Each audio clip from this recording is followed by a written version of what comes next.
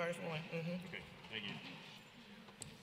Item Item 3, resolution authorizing the mayor to execute an agreement between the city and Montgomery County regarding a new premise health and wellness clinic. Okay, do anyone need Mr. Tate to come up and speak on that again? Mr. Jenright? Number 3, on the health and wellness clinic. Anyone have any questions? I think it was some questions. How much is it? Yeah, I think this is a combination between the city and the county Yes. to build a new facility, and it's going to be leased back. Jeremy, is that correct? Leased back, they will pay a rent. The premise health will pay a rent for that building.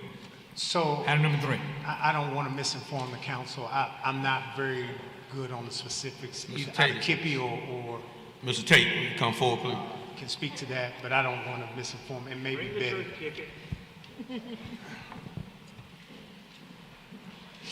Good afternoon, Council. Good Good afternoon.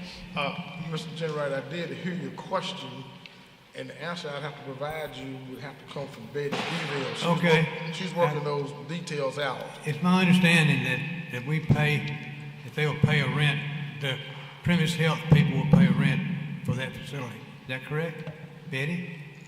Yeah, Betty would have to give you the details Okay. of the agreement, because I'm not sure. Yeah, she's not in the chamber at this particular point in time. Okay, But all right. We just need, I know there's a new agent on this deal and somebody out of Atlanta, I think, in charge of it now. So I didn't know exactly what's going on. Yes. well, if we can hold, I mean, Yep, we'll Maybe bring it come back. back to yeah, this one. bring it I'll back bring it up back when up Betty once says it's it. reviewed. Okay. Okay. Mr. Kippy, on this where it says you're going to build it where the old Patterson Elementary School is, correct? Where the old Patterson Elementary is. We're not going to commit to that until we get the utilities verified, Okay.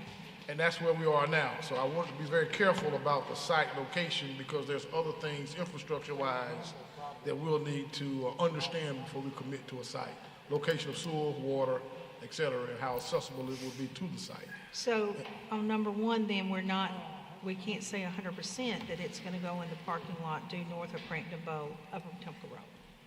I don't want to commit to Kinda that iffy on tonight that. until we Okay. get the verification in place. However, it will be in that general vicinity, as Mr. Tate is speaking to. We just need to make sure that when we look at the utilities of where they are, that will drive the actual specific location, but the general It's there. area is that parking lot and or up to the school. Okay, thank you. All right, any other questions? Thank you. Thank you, Mr. Tate. Item 4, resolution reappointing Ed Bertarelli to the Housing Authority. All right. Number 5, resolution ascending to the vacation a portion of Todd Road and Robinson Circle. Any question on the vacation from Tar Road? They will be here. Somebody from That's Solcart will be here to talk about that during business session. Item 6 is show cause hearing on the proposed revocation of the business license of Precise Conference Center, 546 East Patton Avenue. 6 and 7 are the same thing.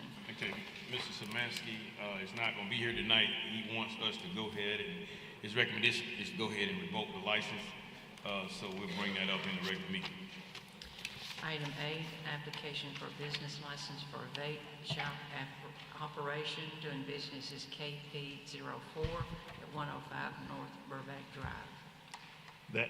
That's in my district, and that gentleman's already got an ABC license, has had it since April, and he's already been leasing the building for Mr. Kaiser's for 4 or 5 months, so he kind of caught in the deal. So I would say if he wants to continue on, I think that's whole industry is probably about to be radically changed by the federal government and the state, but if he wants to go on, I'd say we probably do, because he was already way down the road when we started. So, Mr. Grimes, you want us to vote it down? No, I'd say, yeah, I'm glad I made that clear. Oh, no, okay, we good. Item 9, application for a business license doing business is Vibes Brunch LLC at 5761 Atlanta Highway.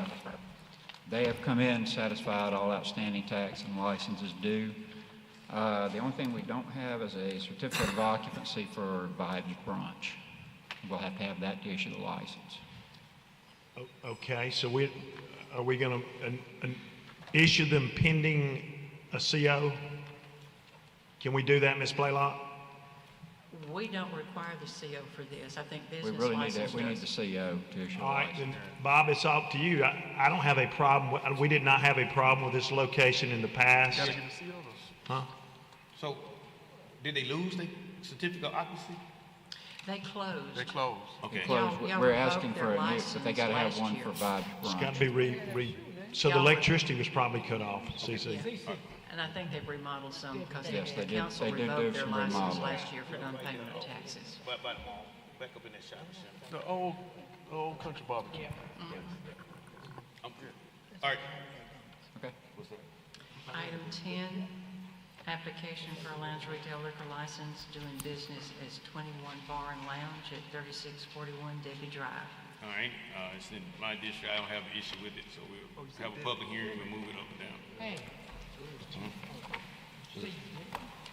And this should show that it's a Class 1 lounge license, not Lounge 2. Oh, no, I did.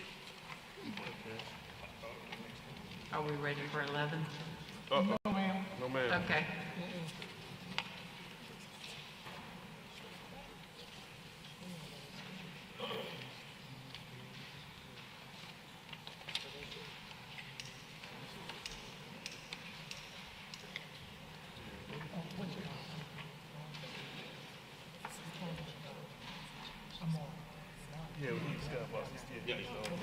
We're ready for number 11. 11, application for a food or beverage truck liquor license by Thomas Drinks and Eatery of Montgomery. This is the one that's the mobile truck. Okay? Pike Road. Yep, we good. Item 12, application for retail beer and retail table wine off premises only, doing business as Liberty Food Mart, 904 West Edgemont Avenue. Mr. President, Miss Riley? he's already, we'll do it in our regular session. He's already communicated with the homeowners association and everything, so we're probably gonna be able to move forward. Good. Great deal, Miss. 13 is a I don't need an amen at all. 13 is resolution designating nuisance abatement agents, and 14 are your nuisances. All right, any questions on 13 and 14? Mr. President, I don't have on 13 and 14. Can we go back to 6 and 7? Yes. I didn't see a call of service, Ms. Blaylock. Do they not have? I don't see anything that shows a call of service for this particular location. I did get one. Okay. Sir. Thank you. Do you need one? I would like to, I will. Okay. Chief. Chief Barnes, or Chief. On item 6 and 7, is it possible for the council meeting that we can get a call for service on that location? Mr. President, I do see in the, for the certified mail, but it's not a list, but it says MPD calls for service within the last 6 months includes 3 shots fired in area, 2 deaths and 2 incidents. That's on the letter that was mailed out on May 30th. Go to the 3rd page. Yes, sir. That's when they came for the review. I put all that information in there before they came for a review before the council last month. And then there was an incident, a serious incident that happened after that one. That's why the council said they must get called in. Yeah, call of service, because this right here just say in the area, say 2, so I want to see the actual calls of service if we can get it.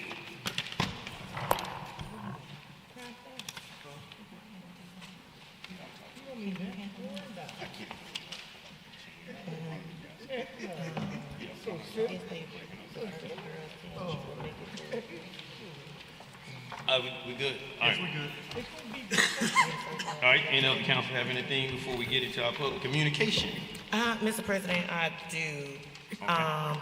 There has been a series of incidents happening downtown in the entertainment district.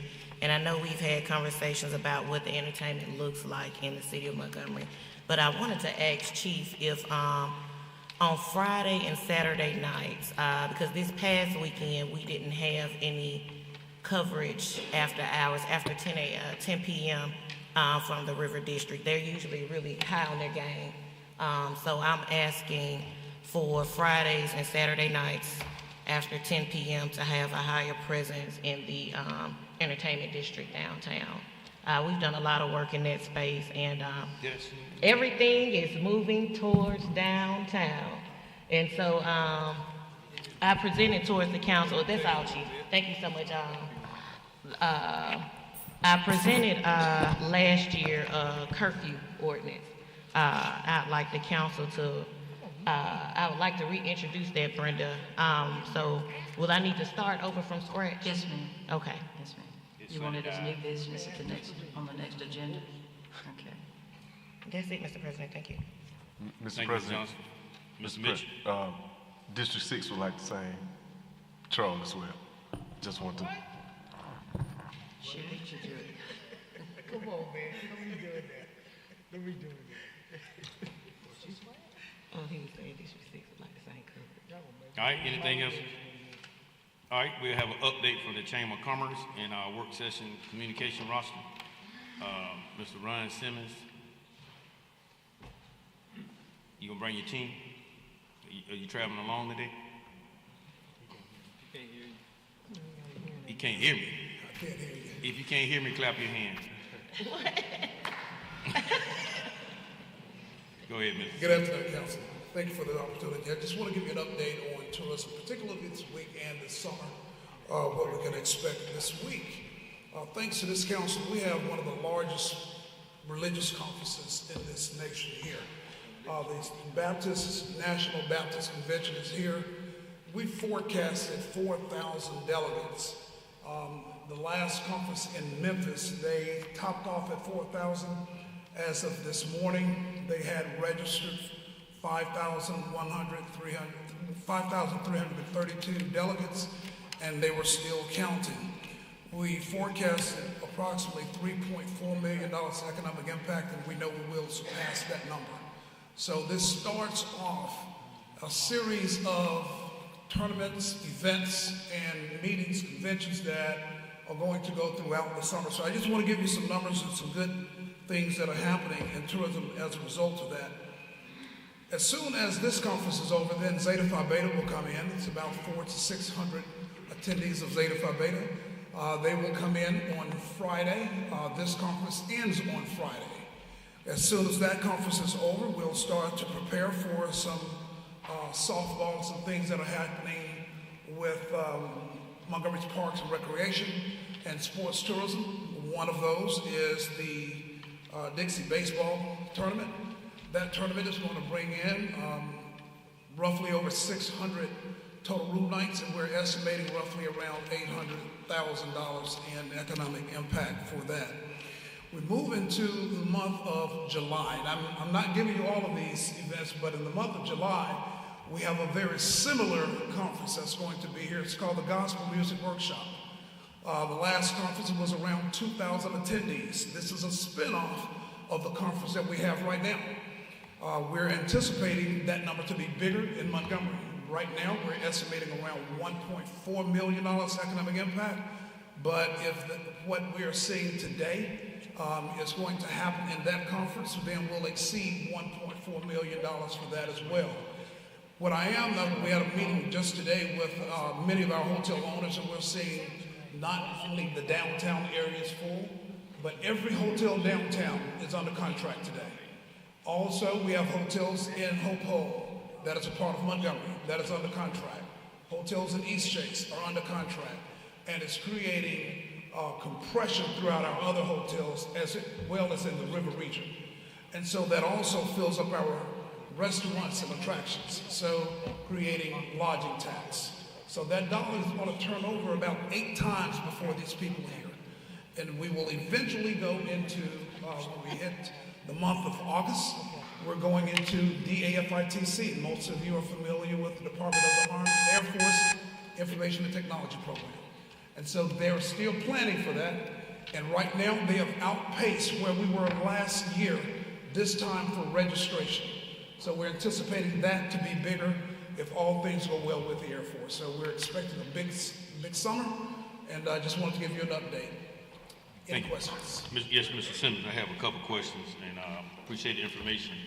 But today with the Baptist Convention, I kind of rode through during lunch because I wanted to see the traffic that was going through Montgomery. And I was a little disappointed in what I saw. With some of the restaurants within this city, with the impact and the things that we did with the TID, that's not being open to accommodate some of these people that's in the city, you know, in the alley, restaurants. You come around on Dexter, you know, these restaurants are closed and you got an audience of 5,000 people. And the food truck, great idea, but we need to have something for inclement weather, because they was lined up to get the food, but then the bottom fell out. So, you know, we got to be able to adjust that, and we got to capitalize on opportunities within this city. And I know you talked to them, but I think we need to have a more round the table meeting so they can be more, you know, receptive to these kind of conferences that we have in. Because I don't want this to get out that Montgomery is not ready to do business. Absolutely. So we did work with all of our hotels to prepare them for this, and hopefully they were open. Some of them are not open on Sunday or Monday because of they don't have the staff to open. So we did bring those food trucks in preparation for that. Initially, we were putting those food trucks over across at Union Station as we do for DAFITC. But the Renaissance opened their arms and allowed us to bring it closer because we did anticipate rainy weather, inclement weather.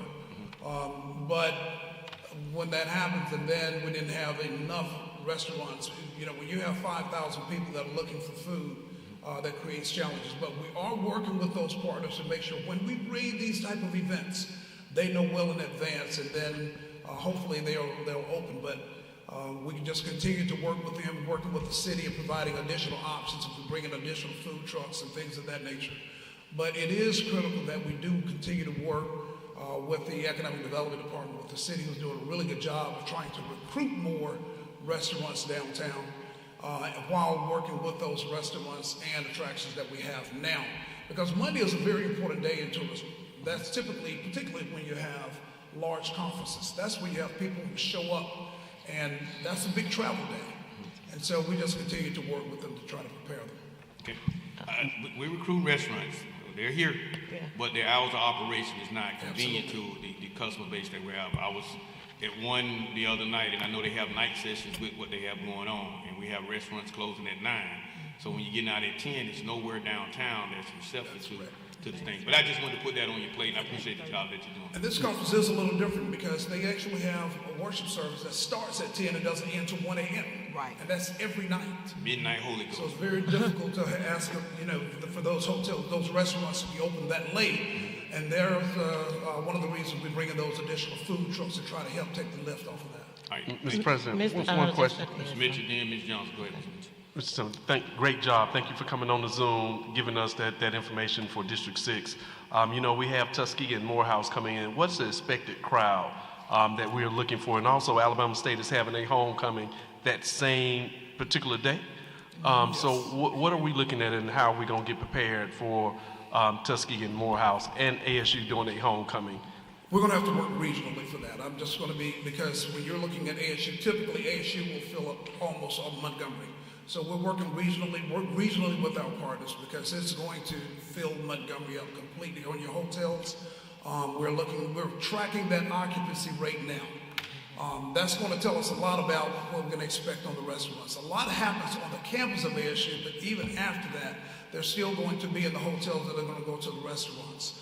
So we don't know the exact numbers yet. Once we start seeing the ticket sales with the Morehouse and Tuskegee Classic, we'll have a better idea, being that this is a new area, but we anticipate it being larger than what it has been because of the location and that community that surrounds the alumni. So we do believe it's going to be bigger, but again, we just have to work regionally and not just depend on just the assets that we have in Montgomery, because it is going to spill over. Hotels are already spilling over into Otago County and Elmore County. So we're working with them now, and that gives us the data we need to prepare our partners for restaurants, hotels, and if we need to bring out additional food trucks and we subsidize that on our end, we'll do that to make sure we're prepared. Thank you, sir. And, so, Ron, what I wanted to add was, I know we capture a lot of downtown for restaurants with conferences. So, for the Tuskegee Morehouse, I'm wondering, can we capture outside? kind of carry them into the city a little bit, 2 to 3 minutes outside of downtown to get those homegrown restaurants, also some time, some money spent, some consumers, and also advertisement. And we'll probably be looking at some more cultural desires for food.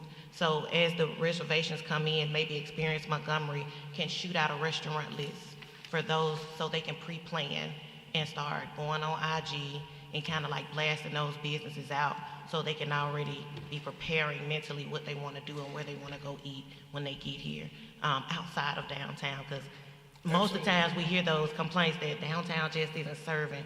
So we have so many more. So to give those other businesses opportunities for this same consumership. Absolutely, and I thank you for that recommendation. One of the things that we do on a monthly basis, we have an all-industry partners meeting. That's working with all restaurants who come.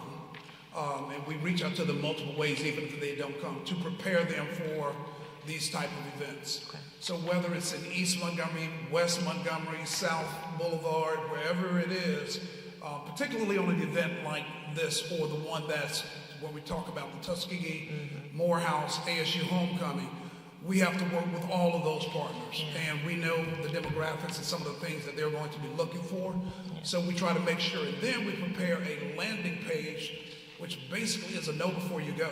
So they know the times and which restaurants and attractions are going to be open and are prepared. So we do that well in advance, and we do it all the way up until and through the event. And so we will continue to do that and make even more of an effort to make sure that we're prepared and prepare our partners for these events as well. Thank you. You're welcome. Thank you, Mr. Simmons. Thank you. All right, next is Dosha Harris. Harris, update on the youth bill program.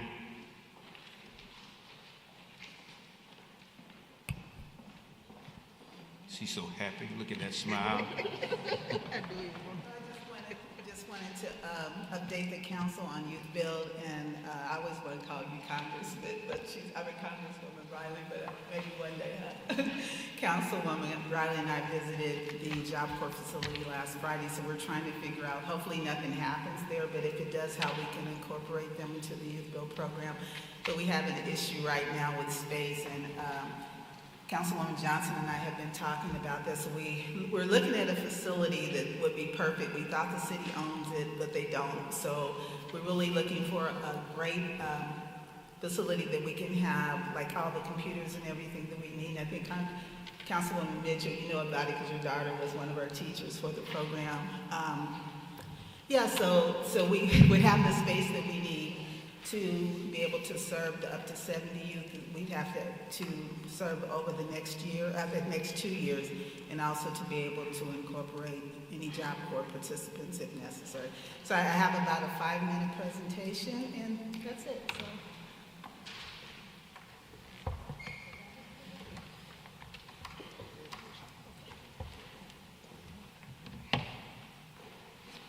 Let's look at demographic information related to poverty, population, unemployment, and high school dropout rates. Here you see a table illustration of the demographic information. A percentage highlighted in red represents the highest population or rate within the 7 zip codes.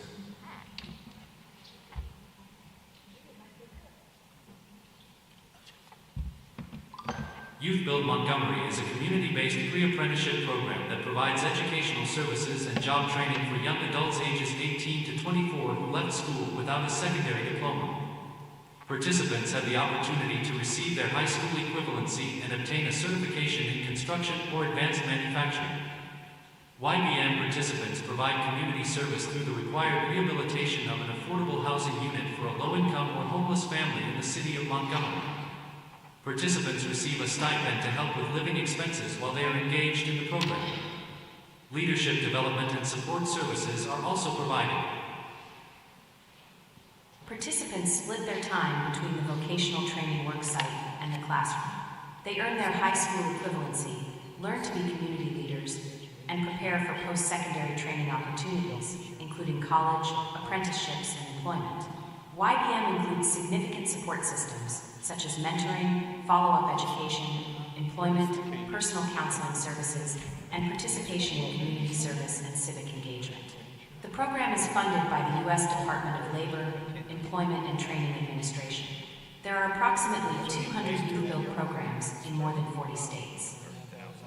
Here are the 5 core elements: education, construction and other career pathways, alumni success, leadership development, and support services.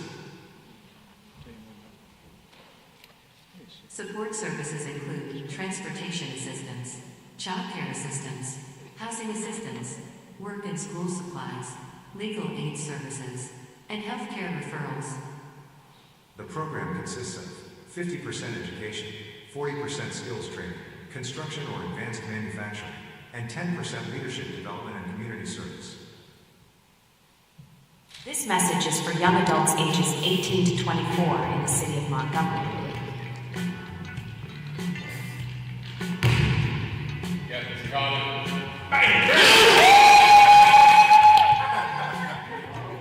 That's good.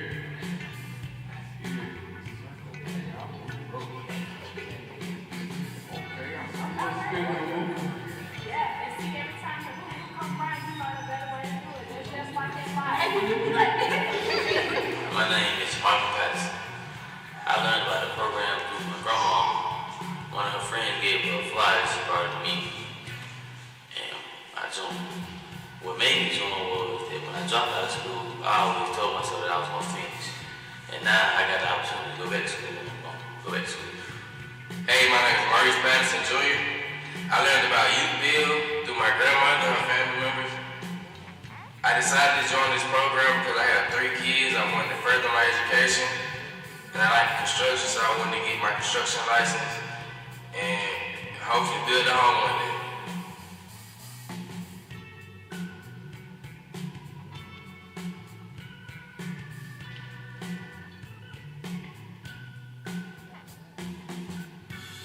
Working with Pastor CJ is fun. Man, you're the best teacher. I'm gonna let this exciting class finish because I can't talk while y'all talk. It's so exciting. Go pass that thing around. Ooh.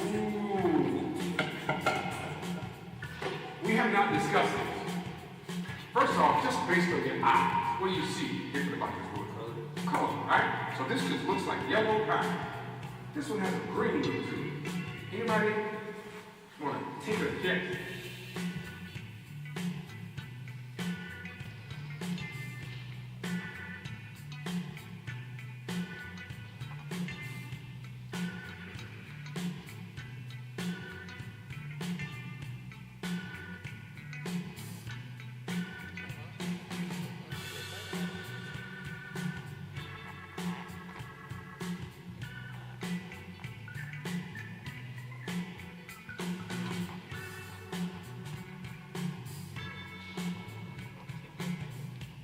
Help yourself.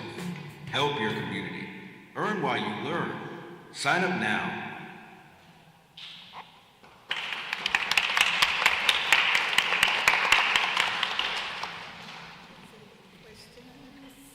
Any questions for Ms. Harris? Great program, thank you. Thank you. Chris Thorman, Executive Director, McCoy.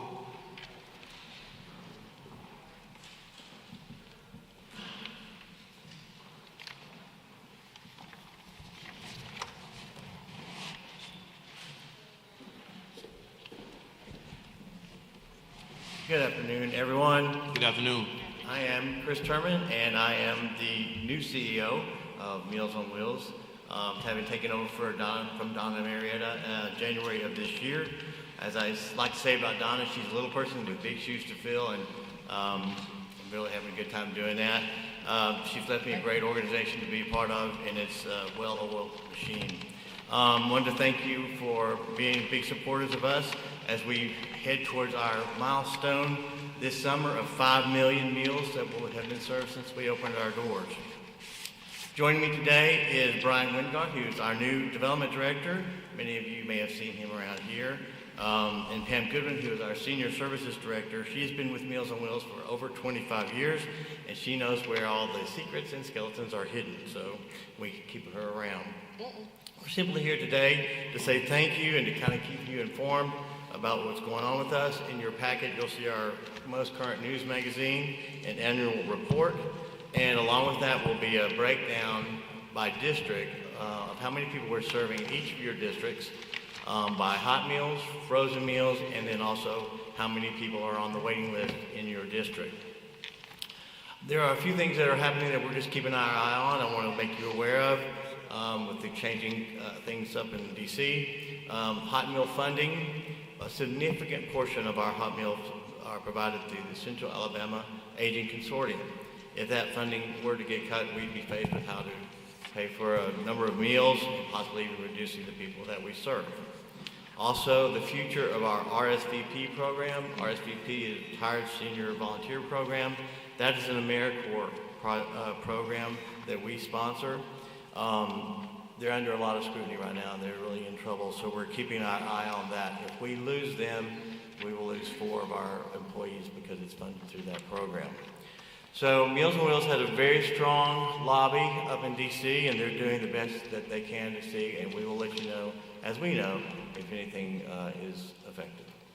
I will also mention that 69% of our budget comes through private donations and the funding events that we have each year, which include the culinary caper, the breakfast, and our golf tournament. I believe some of y'all have attended some of these over the years. We just finished our caper and golf this spring, and we met our goals on that and did really, really well. We're happy about that. Currently, we are in our last campaign of the fiscal year, which is our Senior Pledge campaign, and that will go from now until the end of September.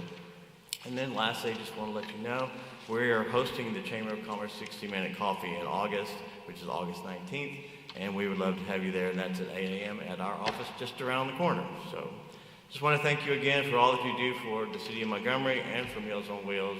We appreciate it all. Thank you so much, especially Marche, who got our plumbing fixed. So we have that. Any questions for us? Anyone have any questions for Chris? Thank you. Appreciate the work you do. Thank you so much. Thank you. Thank you. Great. All right. That concludes our work session. Jeremy Reed had a presentation. We pulled it. You pulled it? Yes, ma'am. Okay.